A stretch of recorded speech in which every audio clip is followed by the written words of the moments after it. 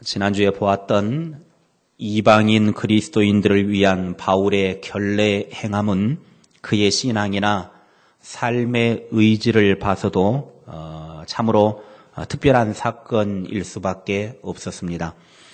그러나 이 결례가 자신의 체면 유지나 신변 안전 조치를 위해서 행해진 것이 아니고 오직 주의 교회를 위하여 수만 명의 영혼을 생각해서 이루어진 것입니다.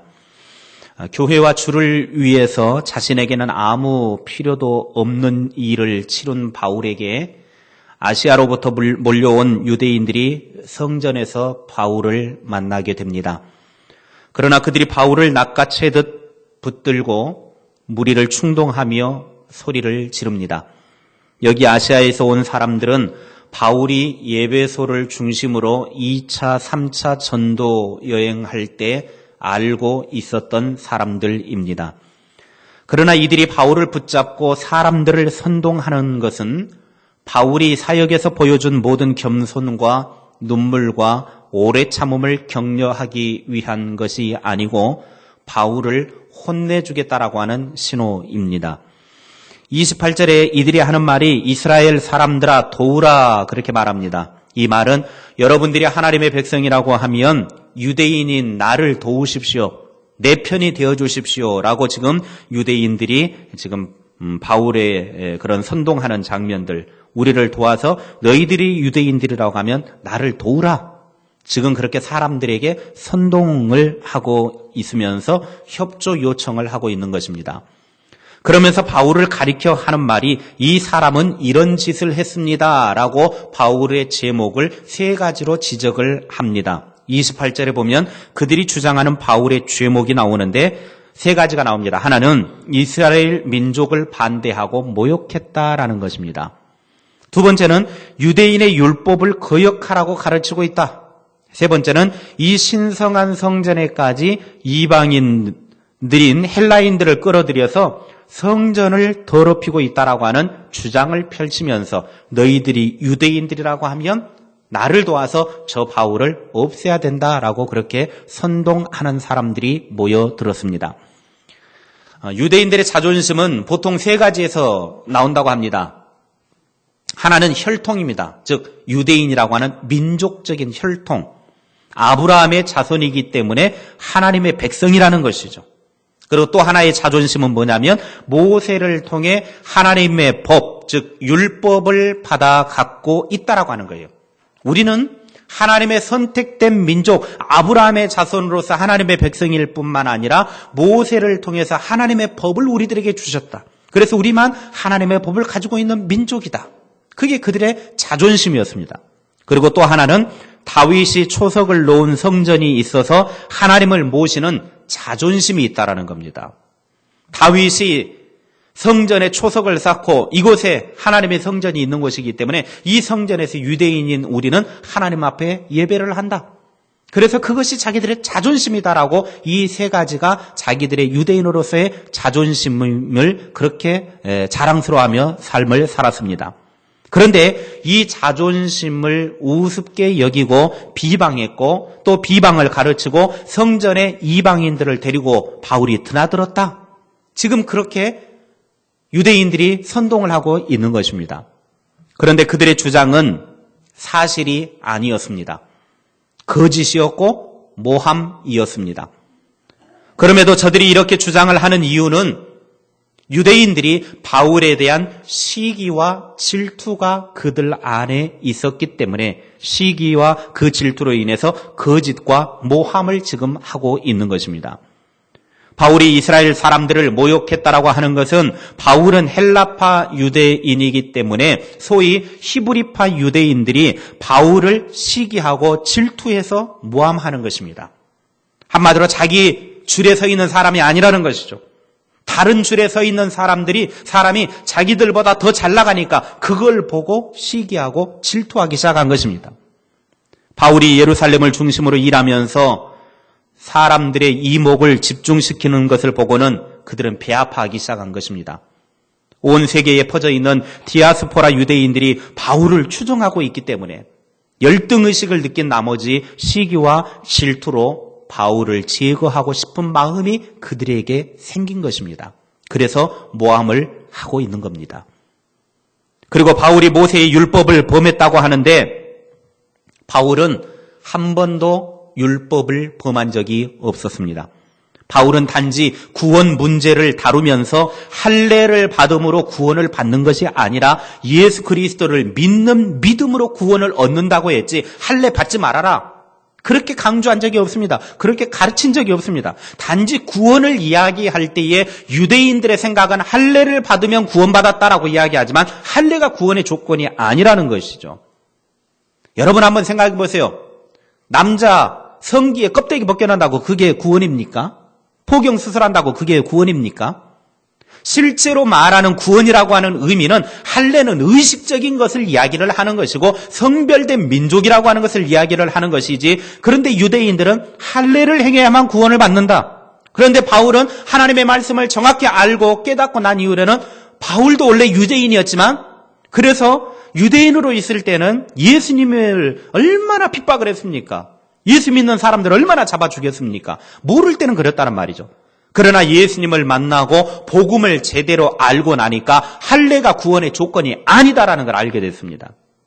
유대인들이 지금까지 가르쳤고 그렇게 했던 것이 다 잘못됐다라는 것을 이제 지적을 해주고 있는 겁니다. 구원은 할례 받는다고 구원이 아니라 예수 그리스도를 믿을 때 구원이다.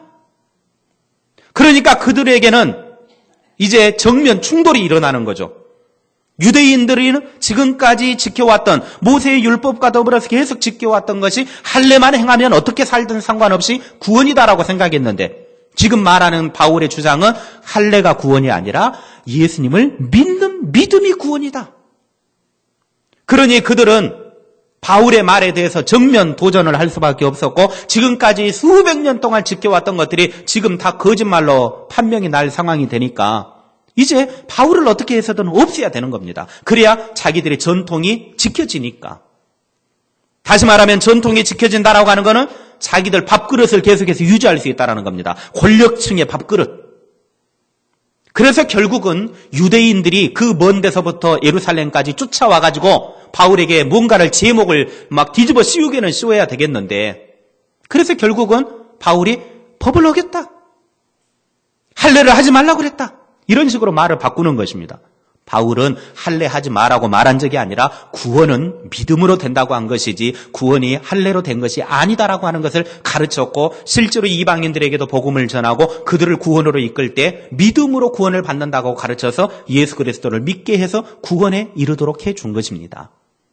그런데 지금 사람들은 유대인들은 바울을 없애기 위해서 시기와 질투가 그들의 눈을 가리기 시작하니까 진실을 이야기를 해도 진리를 이야기해도 아니다라고 뒤집어서 지금 오히려 모함을 하고 있다라고 하는 것입니다. 그리고 바울이 성전을 더럽혔다라고 그렇게 주장을 하는 것도 실질로는 바울이 성전을 더럽힌 적이 한 번도 없었습니다. 원래 유대 성전은 유대인들만 들어갈 수 있는 그것도 유대인도 여자는 안 되고 유대인 남자들만 들어갈 수 있는 이스라엘의 뜰과 이방인들이 들어갈 수 있는 이방인 뜰, 즉 바깥뜰이 구별이 되어져 있습니다. 그러니까 예루살렘 성전 안에 들어가면 아무나 그냥 막 성전 안으로 들어가는 것이 아니라 유대인 남자들만 들어갈 수 있는 뜰이 있고 또 이방인들만 들어갈 수 있는 따로 뜰이 있습니다. 옛날에 지금 그 전라북도에 가면 교회가 디귿자 교회가 있잖아요. 이렇게 돼 있으면 교회가 딱 이렇게 갈라져 있어요. 딱 갈라져가지고 지난번에 저도 한번 가봤는데 갈라져 있는데 이 갈라진 교회를 보면 이쪽은 남자, 이쪽은 여자 같이 못 들어가요. 들어올 때는 같이 교회에 들어오는데 예배드리러 자리에 앉을 때는 남자, 여자 따로따로 앉아야 돼요. 그래서 강단이 딱 가운데 중심으로 돼가지고 휘장이 딱 쳐져 있고 이제 서로 얼굴도 못 쳐다봐요. 같은 자리도 못 앉아요. 부부가 와도 떨어져서 앉아야 돼요. 남자, 여자 따로 앉는단 말이에요. 그게 초기 시대에 사람들, 우리 그 한국에 기독교가 처음 들어왔을 때는 그런 식으로 했단 말이죠. 그러니까 지금도 그게 그대로 보존이 돼 있어요. 한 2달 전에 제가 거기를 가봤었는데 그 현장을 보니까 참 옛날에는 이런 모습들이 있었구나. 이렇게 교회 만들기도 힘들 텐데 딱 교회 들어오면 강단을 중심으로 양쪽으로 이렇게 갈라져가지고 남자 따로 여자 따로 앉고 의자 배치도 딱 그렇게 해놨어요.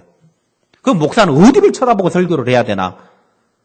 이게 참 답답할 때도 있더라고요. 지금 바울이 이방인들을 예루살렘 성전에 끌어들여서 이방인들로 인해서 예루살렘 성전을 더럽혔다라고 유대인들이 주장하고 있는데 바울은 한 번도 그런 적이 없었습니다. 그들이 이렇게 생각한 이유가 있었습니다. 그것은 뭐냐면 29절에 보면 에베소 사람 드로비모가 시내에서 바울과 함께 있는 걸 그들이 보았습니다. 그러니까 바울과 에베소 사람 이방인인 드로비모가 바울과 만나는 현장을 목격을 했어요. 이 드로비모는 에베소에서 예루살렘 교회를 위한 구제 헌금을 가지고 와가지고 바울에게 구제 헌금을 전달해 준 사람입니다. 그리고 그걸로 끝났어요. 그런데 사람들이 뭐라고 생각을 하냐면, 유대인들이 뭐라고 생각을 하냐면, 예루살렘에서 바울과 드로비모가 만난 거 보니까 성전 안에도 같이 들어왔겠다. 그냥 추측으로 그렇게 생각을 한 거예요. 그랬을 것이다.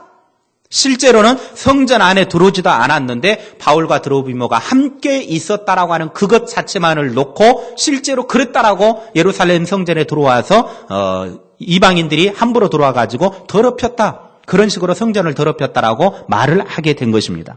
다시 말하면 그들은 사실을 보지도 않고 사실에 입각하지도 않았고 그냥 짐작으로 바울을 정죄하기 위해서 이 일을 조작한 것입니다. 이게 참 무서운 거예요. 좌우지간 사람을 이게 어떻게 하든 쓰러뜨리기 위해서 넘어지도록 하기 위해서 사실이 아닌 것 그냥 단지 만났다라고 하는 그거 이유 하나만으로 가지고 예루살렘 성전에 들어와서 성전을 더럽혔다 해가지고 자기들이 듣지도 않고 보지도 않고 그런 것들을 가지고 사실이라고 그렇게 자꾸 뒤집어 씌워서 그렇게 하더라고 하는 것입니다. 이런 일들이 정도의 차이는 있지만 교회 안에도 많이 있습니다. 참으로 무서운 일입니다. 자신이 직접 보지도 않고 듣지도 않고 함부로 소설을 쓰고서 그것이 사실인 것처럼 말을 하고 다니면서 소문을 퍼뜨리는 일들이 있더라고 하는 겁니다. 그래서 사람들을 선동하는 일을 합니다. 이건 조심해야 됩니다. 하나님께서 눈을 시퍼렇게 부릅뜨고 다 보고 계시고 듣고 계십니다. 하나님 무서운 줄 알아야 합니다. 다 하나님은 심판하실 겁니다. 이런 일들은 상대방을 적대시하거나 상대방에 대한 불편한 감정을 가지고 있을 때 아니면 상대방에 대한 시기와 질투심이 마음에 불타오를 때 나타나는 현상입니다. 그래서 온갖 소설을 쓰면서 아무 근거 없는 잘못된 말들을 자꾸 유포시킵니다. 그리고 그 사람을 매도하기 위해서 분위기를 몰아가고 말을 지어냅니다. 그리고 때로는 폭력을 행사합니다. 오늘 유대인들이 바울에게 폭력 행사까지 합니다. 이럴 때 사람들은 사실 여부를 떠나 결국은 그런 사람들의 편에 서게 되어져 있습니다. 이것이 교회 안에 암적인 행동들입니다. 교회를 무너뜨리는 행동들이라는 거죠. 자신은 아무것도 생각하지도 않고 그렇게 행동하지만 그것이 결국은 교회를 점점 망가지게 하는 요소들입니다. 결국 이 일로 인해서 예루살렘에 큰 소동이 일어나게 됩니다. 소동이 일어난다라고 하는 소식을 천부장이 듣게 되어지고 천부장은 군사를 동원하고 또 백부장을 동원해서 바울을 결박해서 데리고 갑니다.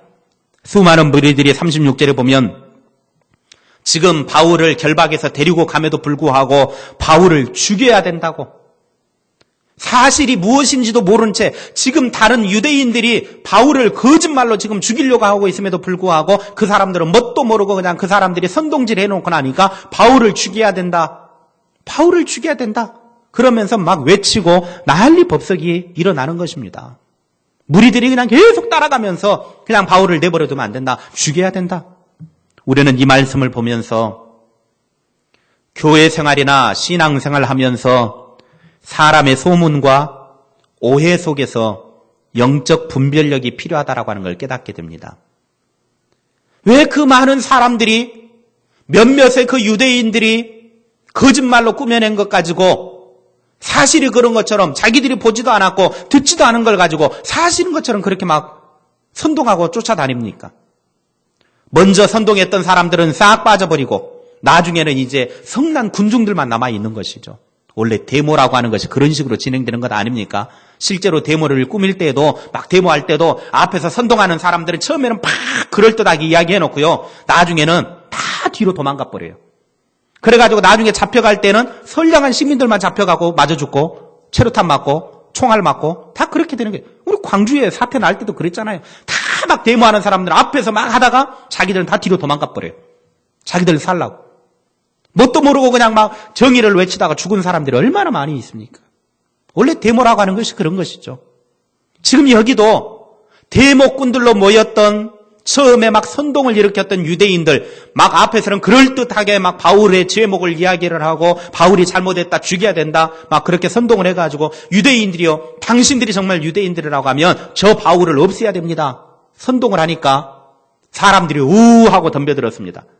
그리고 이 데모를 진압하기 위해서 천부장이 군사를 데리고 오니까 쑥 빠져버리고 결국은 거기에 그냥 나갔던 사람들이 그냥 따라다니면서 그 소리를 외치는 거예요. 바울을 죽여라. 바울을 죽여라. 이런 일들을 왜 그런 사람들이 그렇게 할 수밖에 없었느냐? 영적인 분별력이 없었기 때문에 그렇습니다. 이것이 거짓이냐 진실이냐 이게 분별력이 있으면 에이 그 거짓말이야. 바울이 그런 적이 없어. 바울이 언제 그렇게 했냐? 분별력이 있으면 아무리 옆에서 떠들어도 에이 그 거짓말이 아니야. 분별력이 없으니까 그냥 따라가는 거예요. 남들 그냥 하니까 그냥 같이 따라가는 거예요. 우리에게 영적 분별력이 있기를 바랍니다. 우리는 가끔 헛소문에 놀아날 때가 있습니다. 오해에 묶여 시달릴 때도 있습니다. 이런 것은 보통 마귀의 작품입니다. 마귀는 원래 속이는 자의 대가예요. 속이는 자. 속고 나서 사고치고 그리고 나서 이게 내가 마귀에게 속았구나. 마귀의 속임이라는 것을 나중에야 알게 되어지는 거죠. 일 저지르고 난 다음에. 그때라도 깨닫게 되는 것도 감사할 일이지만 보통 일 저지르고 나면 나중에서 이건 마귀에게 속았네. 마귀가 나를 이렇게 유혹을 했네. 마귀는 그래서 예수님께서 속임수의 거짓의 앞잡이라고 그랬어요. 거짓의 앞잡이. 마귀는 술수에 능해서 사람들을 충동질하고 흥분시켜가지고 사고를 치게 만들지만 뒤에 가서 책임질 때는 마귀는 없습니다. 다 책임은 누가 져야 돼요? 그 사람이 지는 거예요. 그 사람이 심판받는 거예요. 그래서 우리 신앙인들은 헛소문, 오해에 놀아나지 않기 위해서 영적 분별력이 필요하고 바른 행동이 필요합니다. 심리학에 아주 정석과 같이 된 이론이 있습니다. 사람의 기억, 즉 사람의 생각하는 거나 사람의 인식 체계가 매우 부정확하고 불완전하다라고 하는 겁니다. 무슨 말이냐면 어떤 사건을 경험을 하게 되어지면 그것을 사람의 머릿속에 입력을 하고 기억을 할 때에 지극히 자기 중심적으로 자기 편하고 자기 유리한 쪽으로 머리에 막 입력을 시킨대요. 그러니까 어떤 사건과 사고가 발생하고 어떤 일들이 생기면은 그것을 냉정하게 이렇게 머릿속에 입력시키는 것이 아니라 이 머릿속에 입력을 시킬 때는 자기가 잘못했어도 자기가 유리한 쪽으로 이걸 막 입력을 시킨대요. 그래서 나중에 말할 때에는 똑같은 말인데 말하는 게 달라요. 왜냐하면 그 사람 유리한 쪽으로 말을 하기 때문에. 그래서 자기 유리한 쪽으로 머리에 입력을 해놓으니까 당연히 자기 유리한 쪽으로 말할 수밖에 없는 것이죠. 그래서 그 기억력을 자기가 자기중심적으로 집어넣은 그 기억력을 항상 옳은 것이라고 확신하며 산다는 거예요. 이 내가 지금 머릿속에 입력해 놓은 것이 정확한 거야. 그걸 믿고 살아가요. 그런데 실제로는 자기가 잘못했음에도 불구하고 자기 잘못을 기억시켜 놓은 것이 아니라 다른 사람의 잘못으로 기억을 시켜놓고 나는 잘못이 없다. 그래서 나는 문제가 없다. 그렇게 입력시켜 놓고 살아간다는 것입니다. 이게 바로 모든 사람은 죄인이고 모든 사람은 불완전하다라고 하는 단적인 증거로 심리학에서 나온 것입니다. 아주 분명합니다. 우리는 내 머릿속에 기억해 놓은 것 가지고 행동하고 말하는 것이 아니라 내가 주님께 기도하였더니 주님께서 기억나게 하심으로 내가 행동해야 되고 주님께서 생각나게 하심으로 말해야 합니다. 내 기억이 나를 이끌고 다니다 보면 생각나게 하시는 성령에 이끌려 말하려고 해도 그게 안 됩니다. 그러니까 언제나 내 생각을 성령으로 지배시켜야 돼요. 그래서 성령에 이끌려서 행동하고 말해야 합니다. 또 하나는 고난과 오해 가운데에서도 성령에 이끌려 사는 성도, 즉 성령과 함께 걷는 인생이 되어야 한다는 것입니다. 아시아에서 온 유대인들은 난동이 이제 예루살렘에서 벌어지게 만든 것이죠. 그래서 예루살렘이 막 난장판이 됐습니다. 오죽했으면 천부장이 군사들을 동원해서까지 진압을 할 정도였겠습니까? 그런 상황 속에서 주의 종 바울이 이제 맞아 죽을 위기에 처해 있습니다. 그런데 가만히 보면 천부장이 오지 않았으면 바울은 그 자리에서 맞아 죽었습니다. 천부장이 와서 도와주어서 이제 끌고 가니까 그래도 목숨을 부지한 것이죠. 이런 상황 속에서 우리는 한번 생각해 볼 필요가 있습니다. 예루살렘에 예수 믿는 사람들이 얼마나 많이 있었습니까? 며칠 우리가 지난주에 보았지만은 바울을 환대해 준 사람들도 많이 있었습니다. 교회 지도자들도 있었습니다. 특별히 야고보 같은 교회 수장도 있었습니다. 그런데 바울이 어려움을 당할 때 어느 누구 한 사람 바울 편에 서 가지고 바울이 그런 사람이 아닙니다. 말해주는 사람이 아무도 없더라는 겁니다. 그리고 심지어는 바울과 함께 전도 여행을 다녔던 수행원들조차도 바울이 어려움을 당할 때 옆에서 아무 도움도 되지 않았습니다. 그리고 심지어는 바울조차도 내가 이런 어려움에 처해 있으니까 교회여 힘을 합하여 나를 변호해 주십시오. 내가 잘못한 것도 없으니 나를 도와주십시오. 주변 사람들에게 도움을 요청하지도 않았다라는 것입니다. 왜 그랬느냐? 바울은 처음부터 내가 예루살렘에 가면 목숨의 위협을 당할 수 있다라고 하는 거 뻔히 알고 있었습니다. 자기가 이번에 예루살렘에 들어가면 죽을 수도 있겠다라고 하는 각오를 가지고 있었습니다. 내 편이 아무도 없다라고 하는 걸 알고 있었습니다. 그러니까 바울은 주변에 어차피 이야기해봐야 그 사람들은 도움도 되지도 못할 것이고 그 사람들은 나에게 도움도 주지도 않을 것이다라고 하는 걸 알고 있었습니다. 그러니까 바울은 도움 요청도 하지도 않았고 또 반대편 입장에서는 그들은 정말 치사한 사람들이죠. 바울이 어려움에 처해 있으면 자기들이 좀 나서야죠.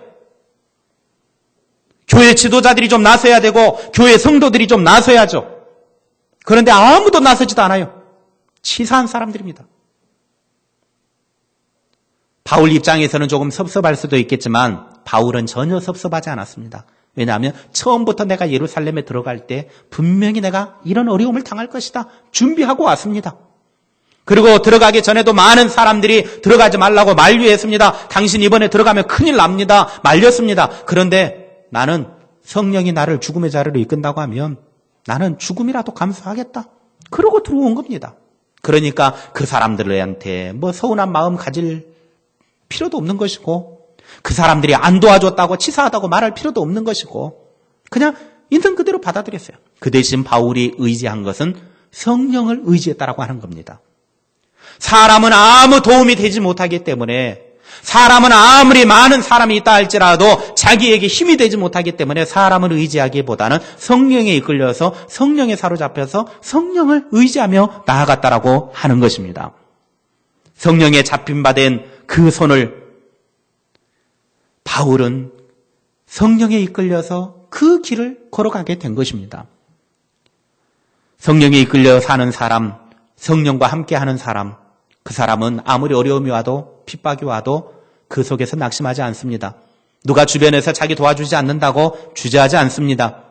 성령을 의지하고 가는 사람은 성령만 붙잡고 나아가면 성령에 이끌려서 가기만 하면 되기 때문에 그렇습니다. 혹시 여러분들 중에도 오해나 거짓 소문에 휘둘려서 죽을 죄인 취급받으며 힘들어하는 분이 계십니까? 이 사람 저 사람에게 도움을 받아 진실 규명을 하여서 의인의 반열에 서고 싶은데 그러지 못한 분 계십니까? 그보다 오히려 바울처럼 성령의 도우심으로 이 모든 것을 선하게 이루어 가실 줄을 믿고 그분의 손을 꼭 잡고 갈 길을 갔으면 좋겠습니다. 우리에게 가야 할 길은 사람들의 소원과 사람들의 도움에 의해서 가는 것이 아니라 우리의 모든 것을 이끌어 가시는 성령님의 도움, 성령님의 손길, 그 손길을 의지해서 그 손에 이끌려 나아갔으면 좋겠습니다. 그럴 때 성령의 아름다운 열매를 맺는 삶이 드러나게 될 것입니다. 다시 오실 주님을 배울 때 내가 참 잘 참았다. 그 한마디를 들을 수 있는 근거를 마련했으면 좋겠습니다. 아무리 사람한테 말해봐야 사람은 우리에게 도움이 되지 못합니다. 여러분들이 하나님의 일, 교회 일, 또 직분을 감당하면서 이런 오해, 이런저런 소문들, 진실되지 못한 것들, 그런 것들이 있을 때 영적인 분별력을 가지고 성령에 이끌려서 끝까지 참고 내가 가야 할 길을 가면 그것이 승리하는 것입니다. 마침내 하나님 앞에서 잘했다고 칭찬받는 자, 잘 참았다고 인정받는 저와 여러분의 삶이 될 수 있기를 주님의 이름으로 축원합니다.